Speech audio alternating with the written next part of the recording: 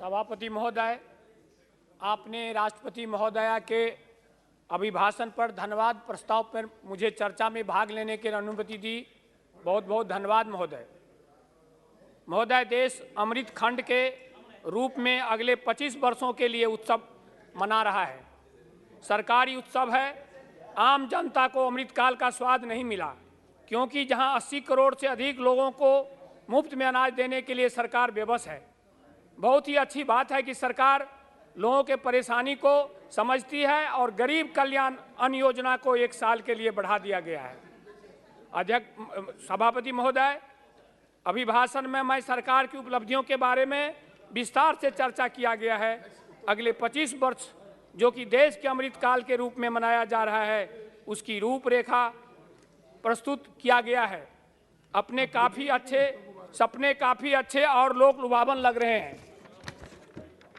महोदय, नारी शक्ति की बात हो रही है, तो मैं यह बोलना चाहूँगा कि कोई भी देश तब तक तरक्की नहीं कर सकता है जब तक कि उस देश का समाज उन्नत नहीं होगा, और कोई भी समाज उन्नत तब ही नहीं हो सकता जब तक समाज की आधी आबादी यानी स्त्रियां स्वयं सेल्फ इंडिपेंडेंट, सुशिक्षित और सबल नहीं हो जाती।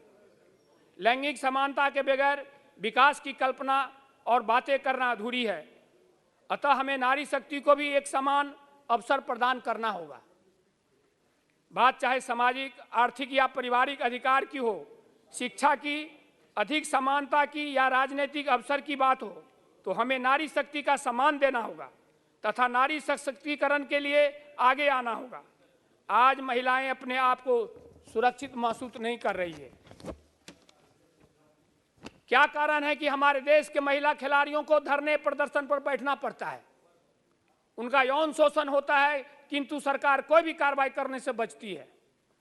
बीते दिनों हमारे बहु बेटियों, बच्चियों और महिलाओं के प्रति गंभीर अपराध की घटनाएं हो रही है। अतः समाज में बदलाव लाने के लिए सरकार को ही जागरूकता लाने का उपाय सोचने होंगे। महोदय, वर्ष 1993 में संविधान में 73वें और 74वें संशोधन के तहत पंचायतों तथा नगरिक पालिकाओं में 1/3 सीटें आरक्षित की गई, परंतु हाल के दिनों में महिला आरक्षण पर साजिश की जा रही है। अतः सरकार को महिला सशक्तिकरण के लिए आगे आना होगा। क्योंकि महिला कोमल है, कमजोर नहीं। शक्ति का नाम ही नारी है। जग को जीवन देने वाली मौत ही तुम्हारी है। आज बेरोजगारी चरम सीमा पर है। युवाएं रोजगार की तलाश में भटक रहे हैं। जहां रोजगार सृजन की बात होनी चाहिए, वहां रोजगार के अवसर समाप्त किया जा रहा है। आउटसोर्सिंग के नाम पर आरक्षण की सुविधा को नकारा जा रहा है। अभी जनवरी माह 2023 का आंकड़ा आया है कि देश में बेरोजगारी दर 8.30% है।